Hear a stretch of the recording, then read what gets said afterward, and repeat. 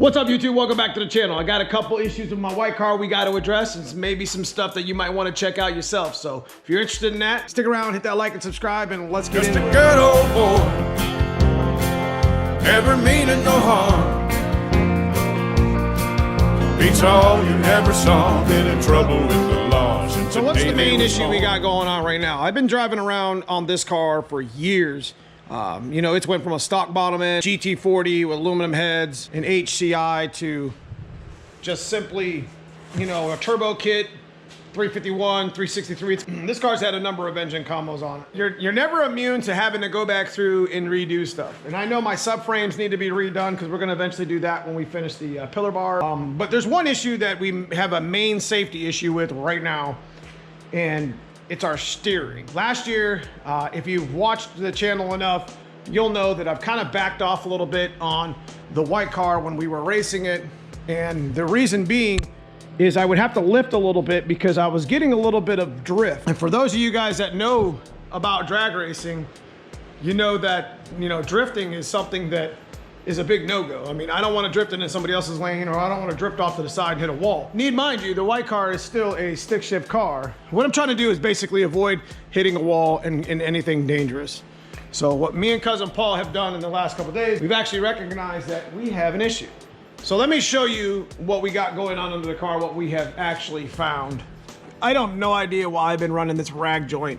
You know, I should have moved, you know, when I went to a Flaming River rack, the rag joint should have just been deleted at that point, and you should have ran the knuckle. But the problem is that rag joint, or that knuckle for the Flaming River rack, is literally as much as the rack itself. So like, you know, I just wanted to get a manual rack put in my car, and I just used the rag joint years ago. But it's funny how you go back through. I've had this car for 22 years.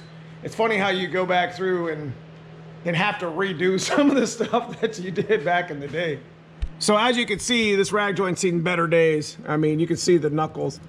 And this is, you know, this is probably, I was fighting like a steering wheel issue, and you can see how bad this little U-joint is right there. So we ended up, you know, forking out the $280 it was for the other knuckle for the Flaming River. And as you can see right here, we got it pretty much set up. These come disassembled. This is the Flaming River rack actual knuckle for Foxbodies. And it comes with like 7 jam nuts and the little set screws that I actually have to drill.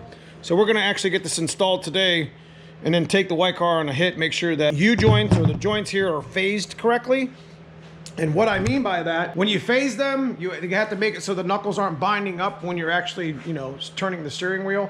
And that's the main issue that we were having, is there was like a dead spot, and just a little bit of movement on the track when you're at 130, 140, 150 miles an hour can set you out of the groove and can be dangerous. So that's what we're here to fix, and this is what we're here to fix it with. So stay tuned, we're gonna get into it, and I'm gonna try to phase this correctly and get it installed in the white car. First things first though, I gotta get a couple sockets and ratchet and get this thing out. I'm gonna have to actually take the set nut right here, and I got my steering where I can move it. The set nut for this old rag joint's right here, and this is kind of in the way. So I'm gonna have to take these screws out first. I remember that from years ago, you know, setting it up that way.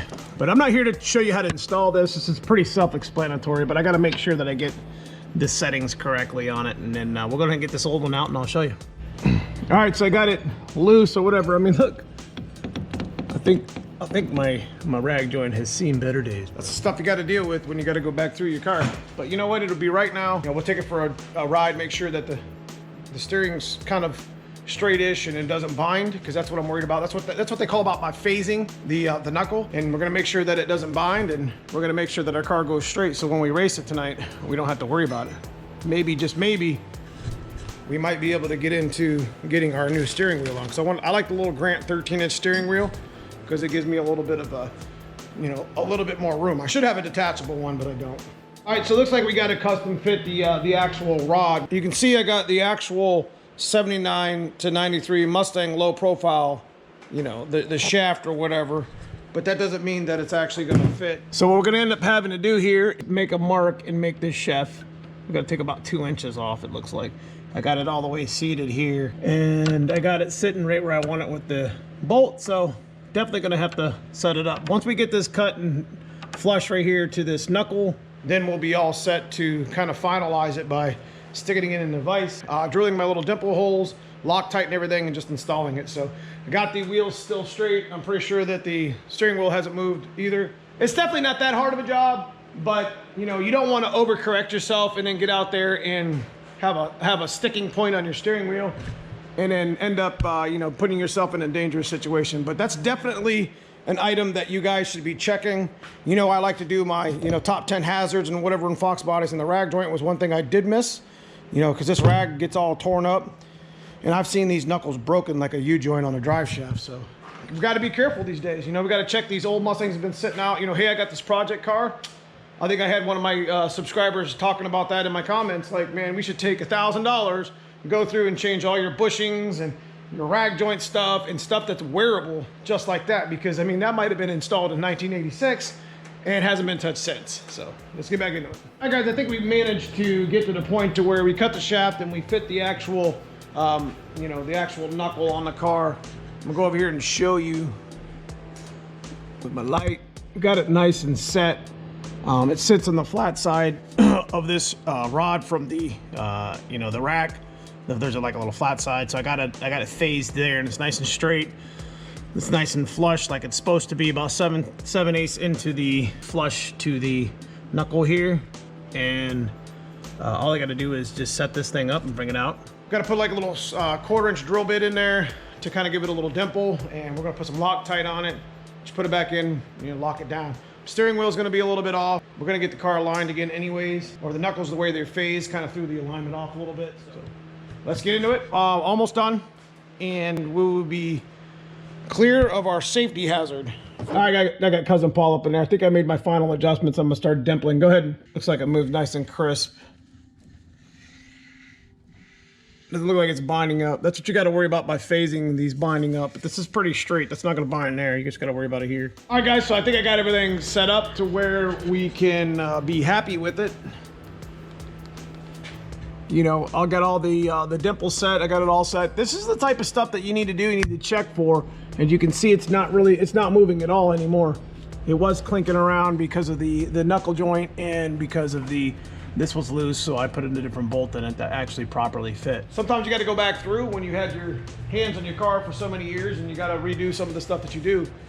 But this is stuff that you need to check when the car comes in, when the Foxbody, you know, when you start restoring it or whatever. Those are the things you should pay attention to. So we'll go in here and check this, and you can see that's the response I'm looking for. If you can see the front wheel moving, knowing that. Because I think I had a little bit of play in there, and that was kind of making me nervous. But that's pretty much all I got for you guys today. We're gonna go ahead and get the slicks on the car. We're gonna be taking the interior out because we got to clean for Chocolate Fox. So I'm just gonna go with just the driver's seat tonight. But I'm pretty happy. If you guys enjoyed this video, make sure you check out that join button below. Make sure you check out that thanks button. And outside of that, guys, I just appreciate you following along with my my little safety concern I had on my white car. So. Next video we're shooting is probably going to be loading the trailer up and heading back to the track tonight. It's going to be a beautiful day. It's going to get cold tonight, but should make a good clean pass. We'll see what happens on the new slicks. Got to go break them in. See you guys soon in the next video. Thank you for watching.